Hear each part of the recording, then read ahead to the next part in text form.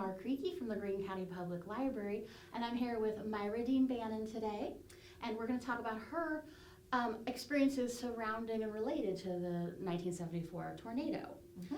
So where were you, how old were you when the tornado happened, if you don't mind saying how old? That's okay.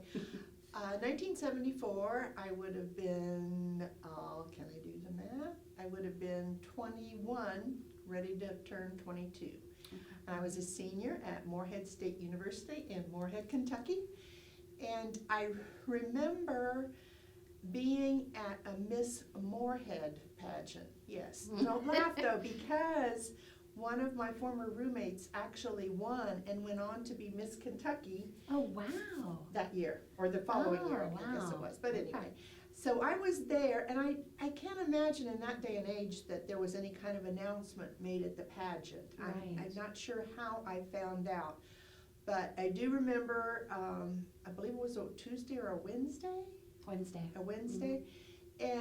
And at some point, I found out about it. Of course, we all did. And it was, I think, Sunday before I heard from my parents, who lived in southeastern Clark County on a farm. Really? Mm-hmm. So the phones were down. Oh, yes. disrupted all the way out yes. there. And that plus, much. I'm living in a dorm with a phone that I share with 50 other women. Right. So, phone access was not what it is today by a long shot. True. So, found out that they were okay. They'd had some wind damage, yada yada, but that the main thing had happened in Xenia, and they really didn't know. And this is in southeastern Clark County. They were not sure at that point how bad it was in Xenia. And my grandparents, my father's parents, Grandma and Grandpa Dean, lived on Country Club. Okay. So their back porch looked out across the way to the hospital. And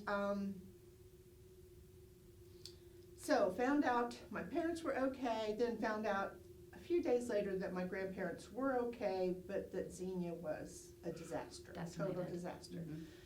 So what's in the spring? Easter. Easter, I think, was the 22nd that year, so about almost 3 weeks after the tornado. Mm-hmm. And my grandparents, who'd had no damage except a little bit of, junk in their yard, wow, were having Easter. Well, some holiday. Not Christmas.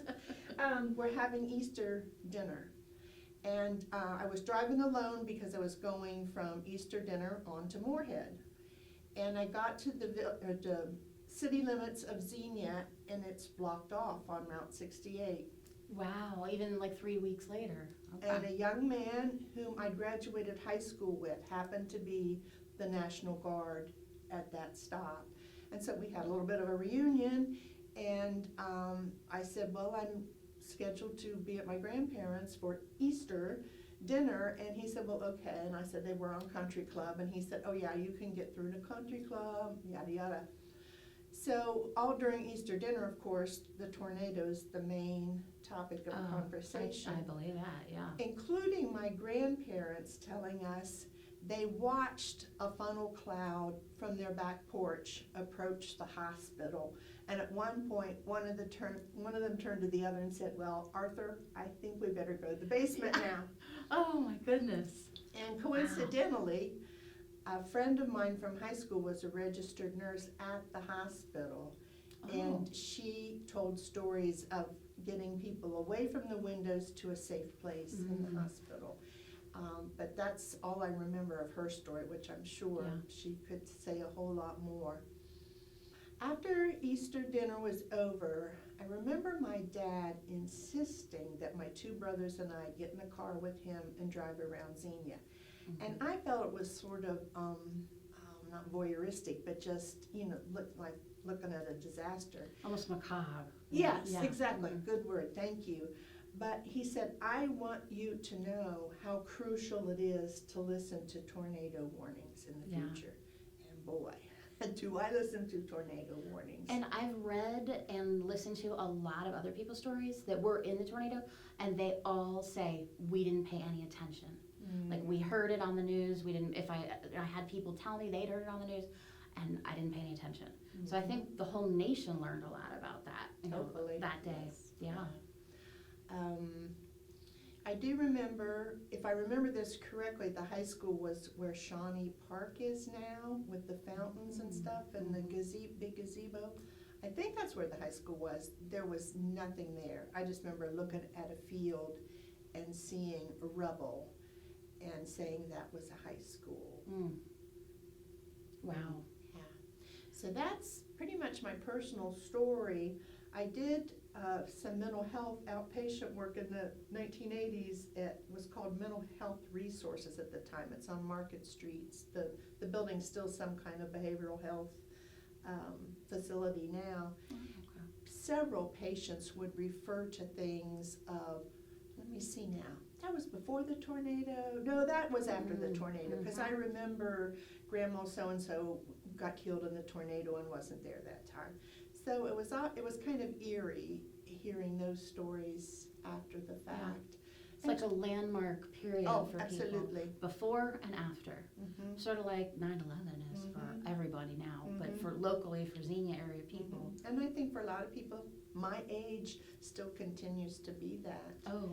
I was recently talking to somebody and asking about, it's at the corner of Market and, well, I don't know what, but it's the top of an A-frame, and I had heard that it was the Xenia Chamber of Commerce building, I think. Oh, yes. And somebody said, yeah, it was, and it's being preserved because it survived the tornado. So this sparked this person I was talking to into telling me a story about being in middle school at the time that day. And a couple of her friends tried to talk her out of skipping their last class and going to Kmart or something.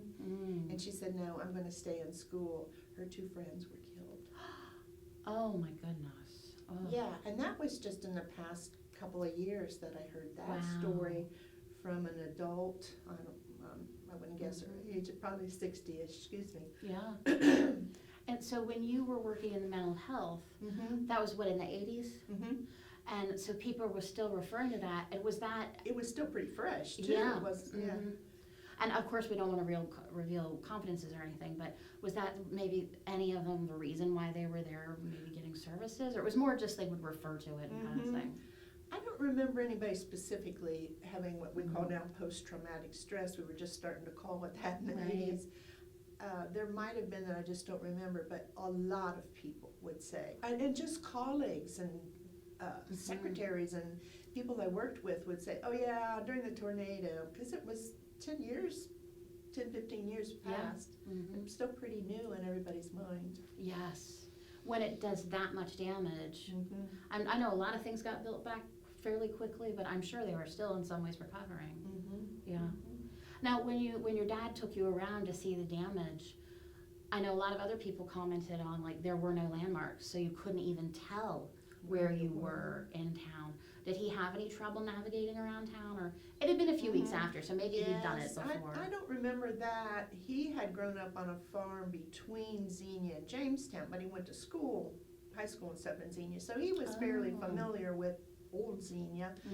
I do remember seeing marks on houses, or bits of houses, bits and pieces, and I don't remember what the marks were or what, and I said, what's that? And somebody in the car said, that means that house has been cleared and there's nobody in there. And my mind immediately envisioned, police and medical personnel, I guess, going house to house and finding they people must dead.